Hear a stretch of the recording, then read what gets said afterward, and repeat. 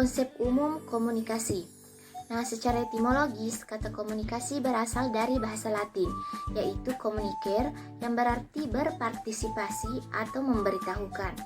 Komunikasi berarti penyampaian pesan oleh komunikator kepada komunikan. Berdasarkan penjelasan tersebut, dapat diartikan bahwa komunikasi merupakan proses penyampaian pesan dari seorang individu kepada individu yang lain. Dasar filsafat komunikasi. Filsafat bergerak pada situasi tertentu, momen tertentu, dan memberikan kontribusi tertentu bagi opini publik.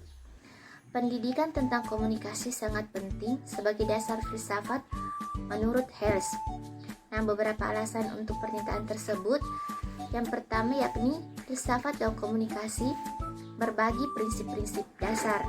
Yang kedua, prinsip-prinsip dasar filsafat berbagi dengan pendidikan sehingga merupakan dasar yang mau tak mau bersifat mutlak, berlaku untuk pendidikan kapanpun dan dimanapun. Yang ketiga, prinsip-prinsip komunikasi ada substansi serta regulatif. Nah, komunikasi dalam hubungan interpersonal pada hakikatnya dilandasi oleh beberapa tujuan, yakni untuk sebagai proses belajar, yang kedua membangun hubungan, yang ketiga mempengaruhi, yang keempat bermain, dan yang terakhir untuk menolong.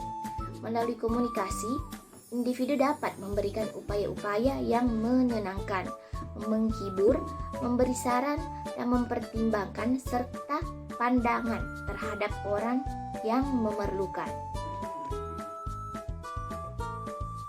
Komunikasi sebagai landasan keterampilan konseling.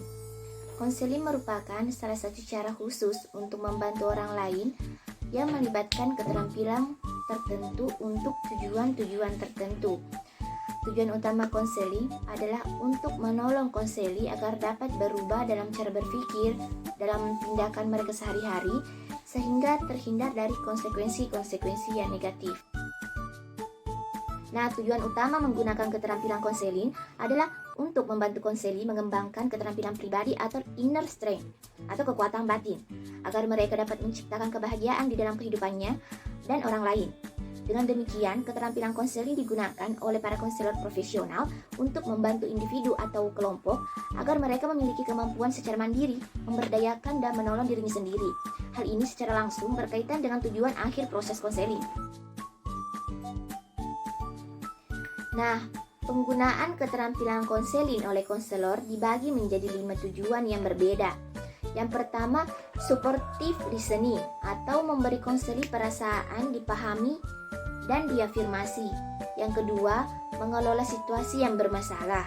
Yang ketiga, mengubah keterampilan-keterampilan buruk konseli yang menciptakan masalah bagi konseli. Yang keempat, problem management. Yang kelima, mewujudkan perubahan falsafah hidup. Pengelompokan utama keterampilan konselor dalam proses konseling yang pertama yaitu keterampilan dasar, terdiri dari mendengarkan, empati, dan pemahaman mendalam serta diam. Yang kedua yaitu keterampilan yang biasa digunakan, terdiri dari pertanyaan, pengungkapan diri, pemodelan, afirmasi, dan dorongan serta menawarkan alternatif keterampilan lanjutan. Yang biasa digunakan terdiri dari konfrontasi, penafsiran, dan kolaborasi. Nah, adapun penerapan sejumlah keterampilan komunikasi dalam proses konseling yang pertama yaitu komunikasi verbal. Nah, komunikasi verbal atau percakapan terdiri atas pesan-pesan yang dikirim oleh konselor kepada konseli dengan menggunakan kata-kata. Nah, komunikasi vokal. Nah, di mana pada komunikasi vokal oleh konselor ini dapat menyampaikan tentang apa yang sesungguhnya dirasakan dan seberapa responsif konselor secara emosional memahami perasaan konseli. Yang ketiga itu komunikasi tubuh. Nah, pada komunikasi tubuh terdiri atas pesan-pesan dikirim oleh anggota tubuh. Yang keempat yaitu komunikasi sentuhan atau touch communication. Nah, beberapa hal yang perlu diperhatikan terkait komunikasi sentuhan yaitu bagian tubuh apa yang digunakan konselor untuk menyentuh, bagian tubuh konseli yang disentuh, dan seberapa lembut atau tegas sentuhan tersebut. Nah, yang kelima yaitu komunikasi mengambil tindakan atau taking action communication. Nah, pada teknik komunikasi mengambil tindakan, ini disampaikan dalam situasi tidak bertatap muka. Misalnya mengirim catatan tindak lanjut kepada konseli. Kesimpulan. Adapun kesimpulan yang didapat dari pembahasan materi ini, bahwa keterampilan komunikasi konselor merupakan elemen utama dalam penyelenggaraan konseling.